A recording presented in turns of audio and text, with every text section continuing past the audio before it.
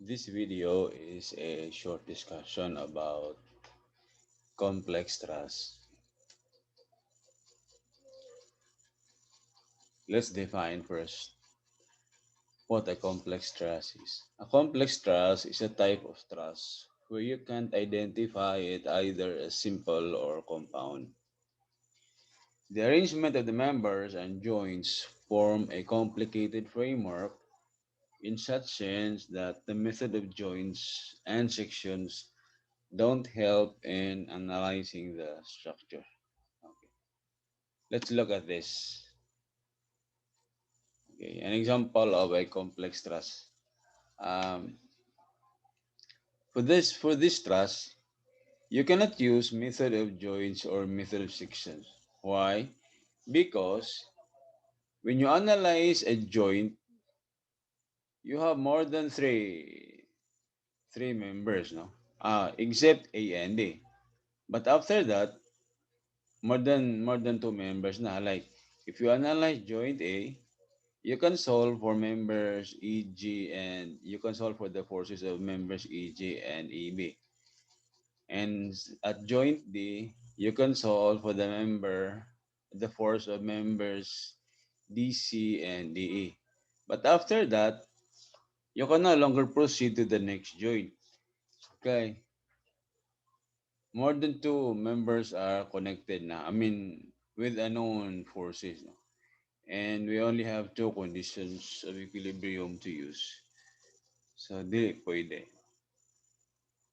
Even if you will use method of sections, pag mag-cut ka og section, um, more than three ang makat. So, it's not possible because in using method of sections, we only have three conditions to use. So, how are we going to do this? Okay.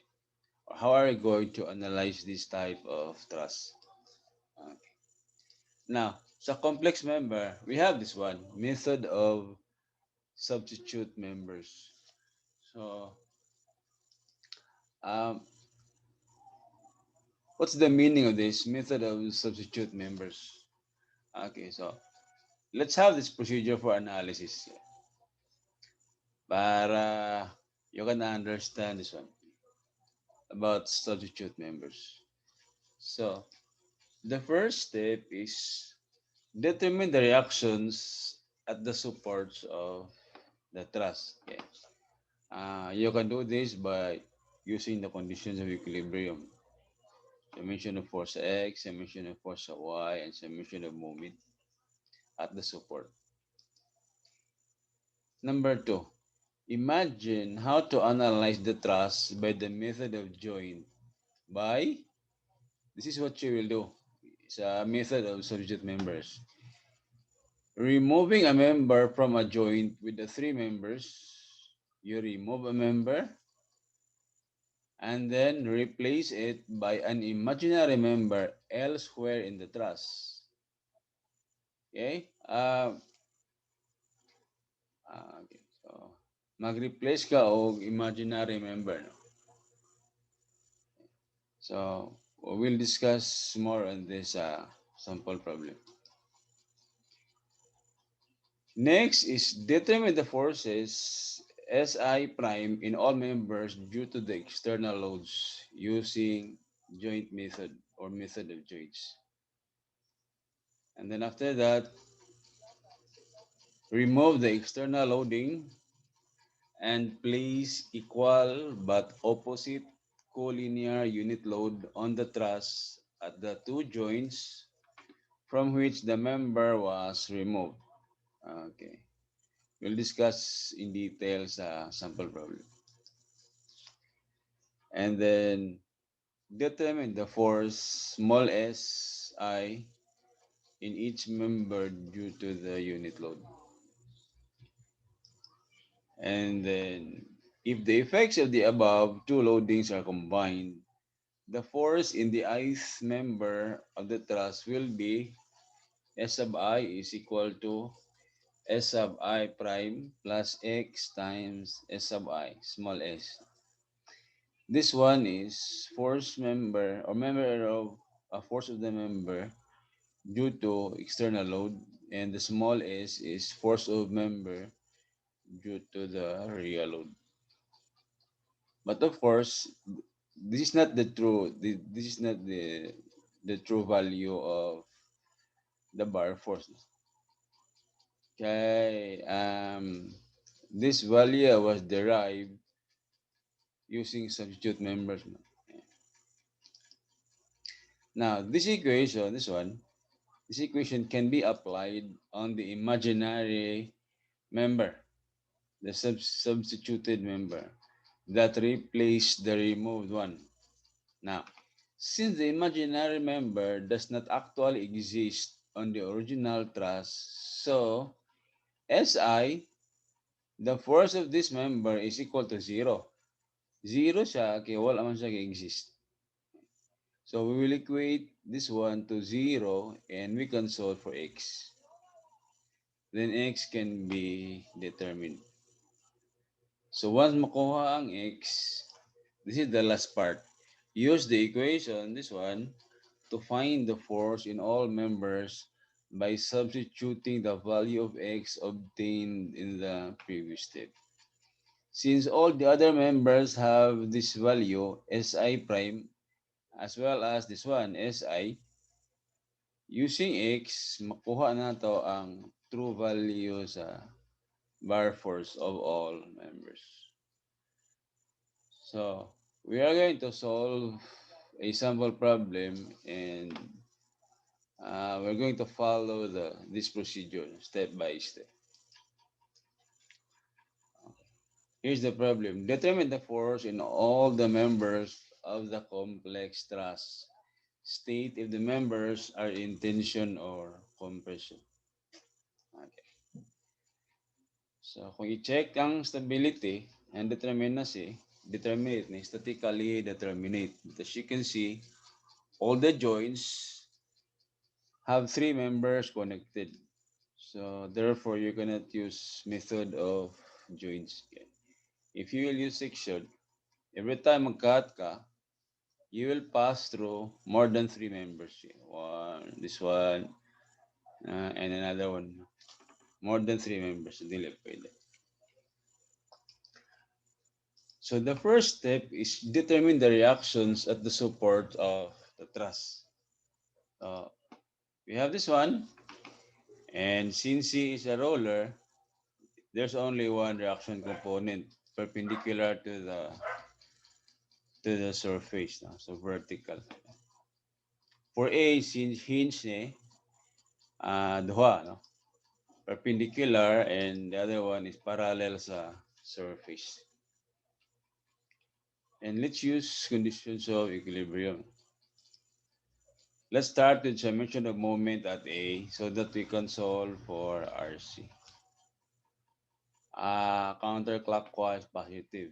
So we have this one. The distance of 4 to A is 6 plus this one.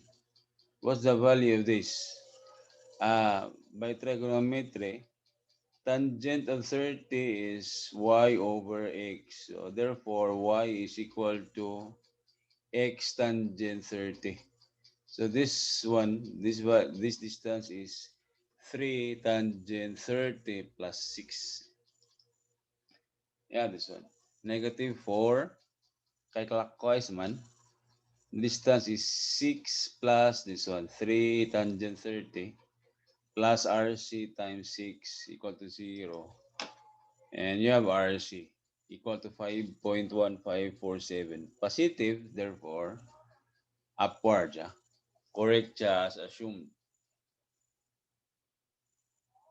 Next, I mentioned of force a y. We only have two vertical forces. So you have RAY upward plus another upward. Then RAY is negative. Therefore, it's acting downward. Downwards. And normally for RAX, the assumption is directed to the right. But since the external load is directed to the right, so let's just assign this one direction to the left. So RAX is 4 kilonewtons positive, then the assumed direction is correct, directed to the left. So after this, we now proceed to step 2. Step 2, analyze the truss by the method of joint. By removing a member from a joint, I will, let's have this one. This is the original truss, okay? And with reactions now. We will remove one member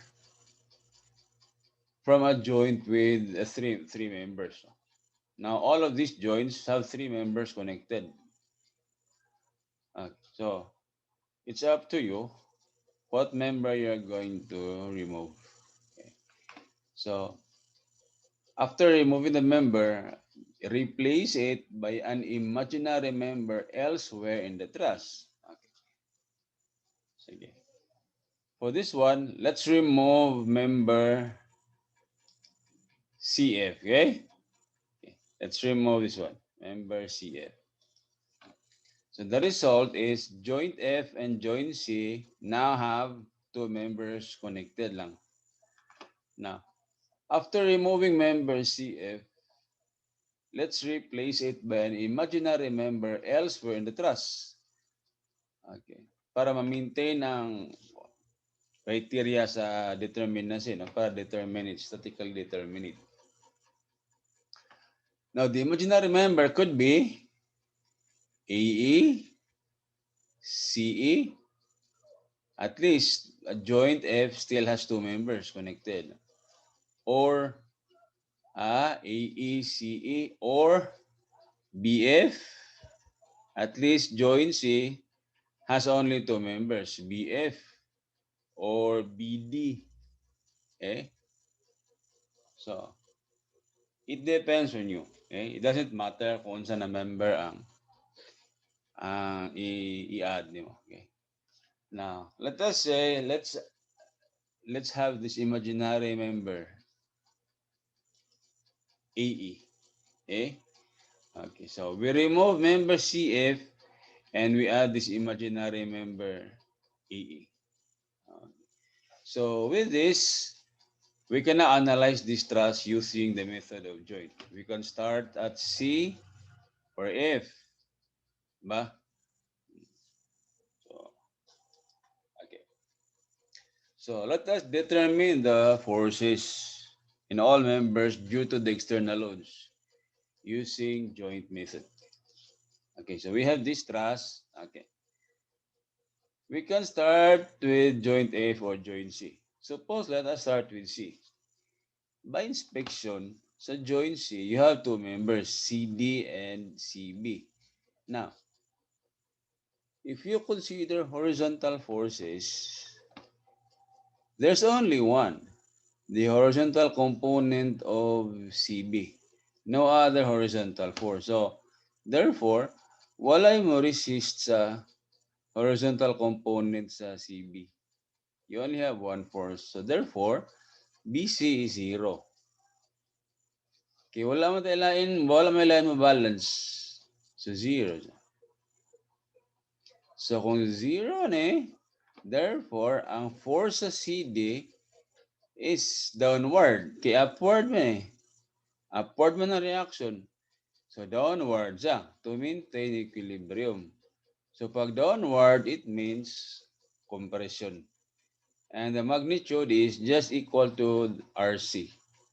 So, okay. Pag kina color, yellow, orange, compression siya. O negative.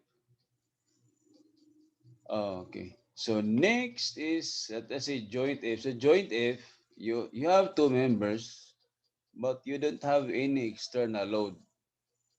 Like if you have some force sa X, wala mo balance sa horizontal component sa FE.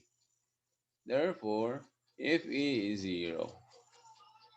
So pag 0 ang FE, member FA, 0 sa. Wala na malain mo balance ani. So 0 sa. Next, you cannot proceed to joint A because you still have three members. Pwede ka sa D because you only have two members with unknown forces or sa B. Di ba? Now, sa B, if you analyze B, ang duha ka members, BA and BC, have horizontal components. But since zero naman ang BC, so therefore ang AB zero. So, wala naman sa zero. And so BA is zero also. Okay, zero naman ang duha. So zero.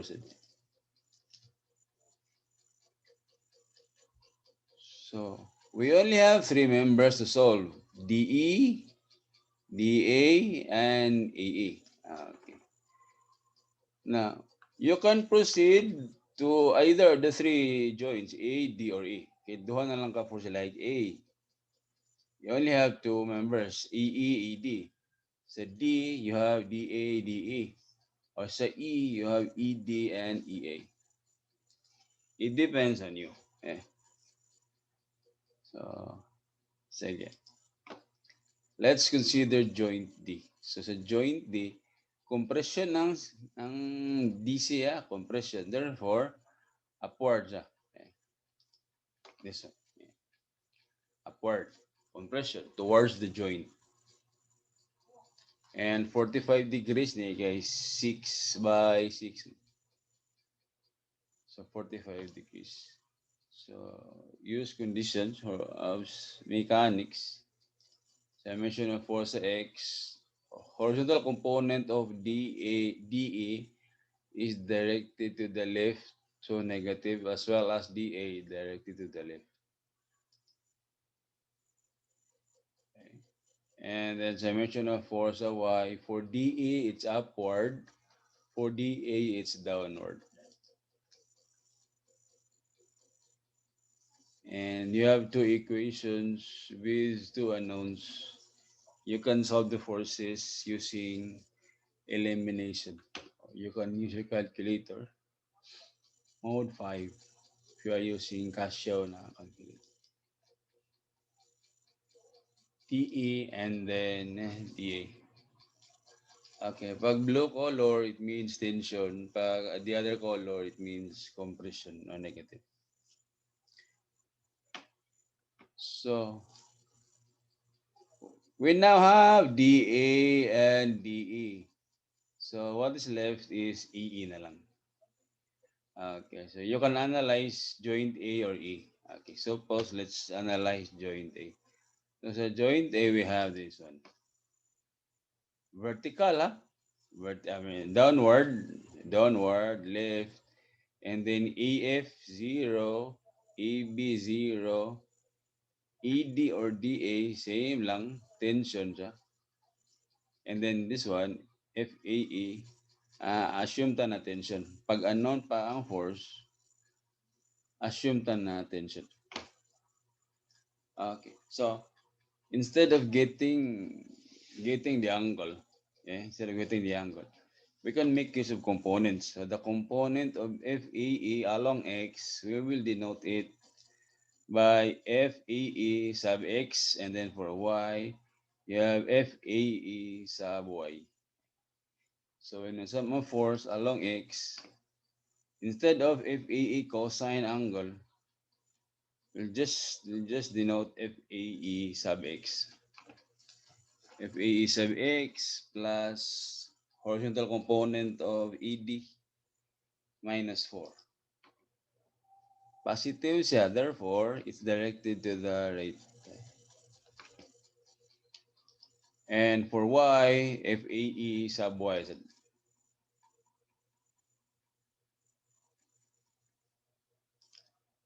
And then positive, therefore, it's directed upward. And then with these components, you can get the magnitude using Pythagorean theorem, this one, to solve for FAE. And the value is 2.0237 tension siya. So we are finished with SI prime, capital SI prime. Okay. So next, You remove the external loading, the 4 kilonewton load, you remove it, and then place equal but opposite collinear unit loads on the truss at the two joints from which the member was removed. Okay, like this one. The removed member was CF. So the two units load will be placed at the two joints from which the member was removed, at joint C and at joint F. Ah, equal but opposite. Equal siya but opposite. So let's assume na tension. You can also assume na compression if you want. No. But for this one, this illustration, we'll assume na tension siya. One unit load man. At the two joints from which the member was removed, yes, C and F. Okay. Now, if you have these loads, two unit loads, collinear man, so they will not produce moment. Kaya dili man siya couple, collinear man. Therefore, the reactions at A and C are zero. Oh, because if you sum up moment at A, the moment of this unit load and this one will just cancel out. So therefore, RC is 0, RA 0, RC as well as this, RAX. Okay. So after this, we will now determine the force small s SI in each member due to the unit load. Okay. So where shall we start? We can start at F with only two members na connected, or at C. We still have two members CB and CD. Uh, so let's start at C. So at C, okay, you have this one. Again, since unknown man, let's assume na tension. And then conditions of equilibrium, summation of force sa X.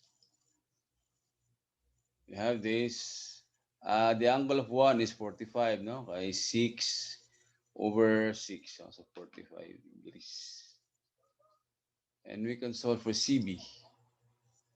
Negative, so compression siya. And then summation of force sa Y. Now, do not get confused, okay, with this one.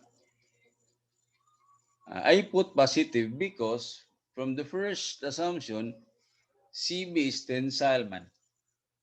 Therefore, the Y component is directed upward. And our notation is upward force positive. So the Y component is positive. But then the value of FCB is negative man. So negative sa di butang. And then sine 30 Y component. And we have FCD equal to negative 0.2929. Okay. Now, after solving for CB and CD, you can now analyze joint D or joint B if you want, no? Or F. Okay. Wala pattern kung asa kasunod mag-analyze. For as long as there are two members with unknown forces lang. Okay. We only have two conditions to use. Okay, so joint D. So joint D. No na daan, the value of CD or DC is negative compression sa 0.2989. So we had this one. 0.2989 negative compression. And then condition aside, summation of force X, you have this negative kasi second quadrant man to the left, third quadrant left also. And then for Y, positive ang DE, kay second quadrant man, Y is upward. while for dA it's downward minus. And then method of elimination, you can solve for dE as well as dA. Okay. So these forces, ato na siyang butang dali CB, we place here CD as well as DE and DA. Okay. So na-solve naman na ito ang upat ka members ba? CB, CD, DE, DA. Okay. Next. Okay. Sa B. Okay. Sa B, we have this. Na no naman ni BC daan na compression. So, towards the joint na. BA and BE, anon man, so tension ta. By the way, it is advised na kung asa ka mag-analyze na joint, ang subscript nimo sa force, panpad, start to end. So you start at B, you end at A. Kay BA ta. Tapos this one, BE. So you start at B, you end at E. B. Pag mag-analyze ka og joint E, this member will be written as FEB. F sub EB. Okay, so two unknown forces, use conditions. I mentioned F force X equal to 0. This one. And BA is negative compression. For Y, we have this. Take note again. Sa Y, initially, our BA, we assume it as tension. Therefore, the Y component is downward.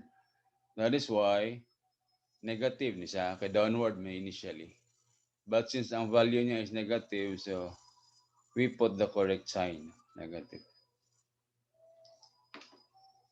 And then BE is negative, same also. So compression, compression. And by inspection, correct na they are equally spaced man.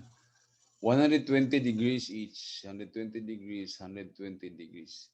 So equal ang tulo ka forces, puro compression. So next is we put these values, these answers sa joint B.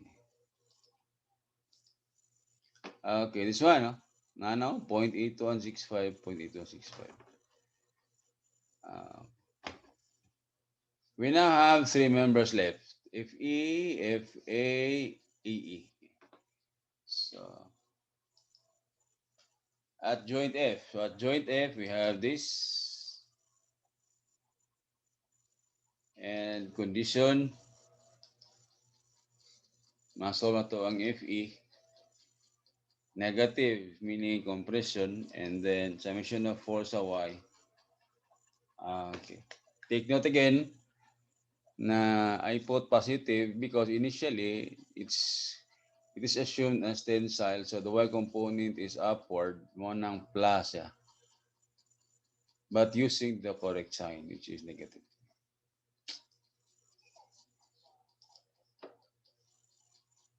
FFA is negative 1.1154. So the last one is EE or EA. So let's consider joint A. So at joint A, we have this. We still have horizontal component, but still 0. So EB is compression. AF is compression also, this one. Whereas AD is tensile. And again, we denote the horizontal component as FEE sub X and for Y, FEE sub Y. This one. And FEE sub X is this positive, so right to the right. Summation of force of Y, we have this. And then FEEY, positive. So by Pythagorean theorem, the magnitude or the force of F of AE is this 1.431. Okay. So we have finished solving for the forces. Next step is this. Step 6, we now solve for x. So for x, to solve for x, we consider the imaginary member EE, where S sub I is equal to 0, since the member does not exist. This is our compatibility equation to be used sa member EE. No? So kanina, it's S equal to S prime plus X S small s. No? Now, we use it sa member EE. Okay. This is 0 and this one, F prime EE, there, 2.0237. We have this. The other one, FEE, 1.431. Dali na siya. Sa due to unit load, the value of FEE is 1.431. So you solve for x, transpose is 1, negative 2.0237 divided by 1.431. Then our x is 1 negative 1.41. Therefore, compression ang kuan eh. Kini, no? Member FCF is compression. Kaya nag-assume man ta na tension, pero negative ang result. So, compression. 7. Use the equation to find the force in all members by substituting the value of x obtained in the previous step. So, mag-draw tag table. Oh. Nya, enumerate na to tanan members, including this one, the imaginary member as well as the removed member, CF. Okay. And then we have S prime, force due to real loads or external load, small s due to unit load, and then X is on. And this is the actual force is, or the true value of the bar force is. So our imaginary member is this one EE, and our removed member is CF. Okay, so let us start with A. No? So we have FDA. So DA, this one. Okay, that. So what else? Makuha na to. DE. Nasa ta DE. Ah. Okay, so we have DE. And then EE. EE said. And then this one. What else? This one. Ah. CD. Negative. Okay. CD. And then the rest, zero na. Diba? Upat raman ni members ang na-value. EE, DA, DE, and CD. The rest, including the removed member CF, zero. No? So we have this one, 0, EB, EF, BC, BE, CF, 0, Z, EF, 0. Okay. So, for the unit load, let us start with CF. No? 1. Di ba? CF. 1 siya. 1. Anak 1. And then, next, okay, AB. What's the value of AB? Negative point. Sama na sa. There BA or AB. Negative 0.8165. I mean, the other one is BE. BE or EB. Same lang. 0.8165. And then we have ED. Ano DA. Okay? DA, 0.268 positive. This one. And then the other force is DE, CDCB. Okay? DE, CDCB or BC. CD. Okay. And three more, you have EE, AF, and EF. So AF, negative 1. Nara, FA or AF, negative 1.1154. And then EF,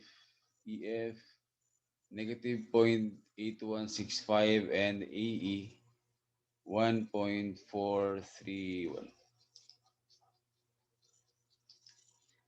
And then, so after this X, now we have X 1.414, so lot na for all members. And then compute this one.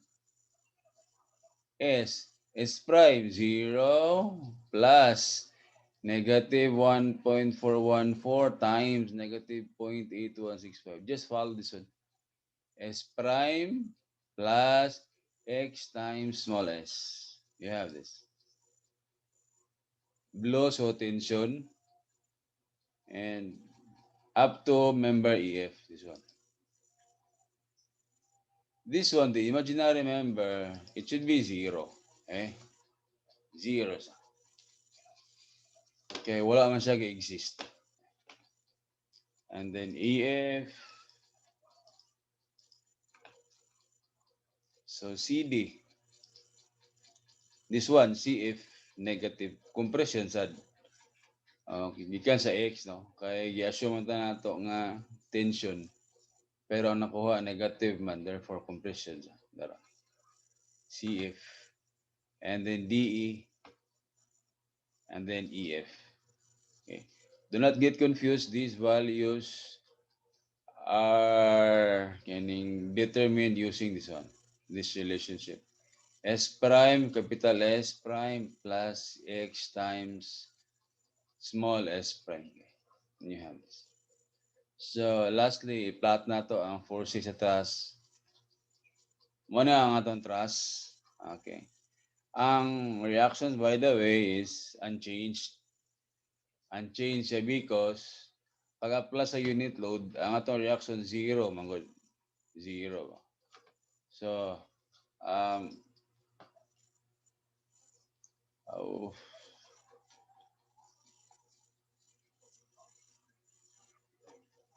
okay. So, since zero siya sa unit load, then pag-apply sa condition, okay. Zero auto is, therefore, ang S5 magyapon, which is this one. Hmm. Kaya ang value sa reaction due to unit load kay zero man. So, ang true value is, katorang value niya nga, 1. Gi-remove ang CF, nag-add tag EE, same lang yapon. So, EB, and then ED, and then 0 ang EE. Yeah, 0 ano yan. And then EF, and then BC, and then BE, CD, CF, the removed member, negative 1.414, DE, negative sad, and then EF, positive. Now, if you will use a structural software, ma-prove mo nga correct ni sila. Okay? You can use Kasimali na software or Rise 2D. So I hope that you have understand this one.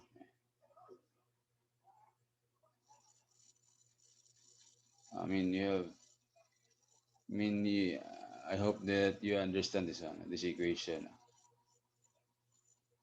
S is the true value. This one, S prime force of members, considering that CF was removed and we added member E, an imaginary member E. Uh, uh, that's it. Thank you for watching.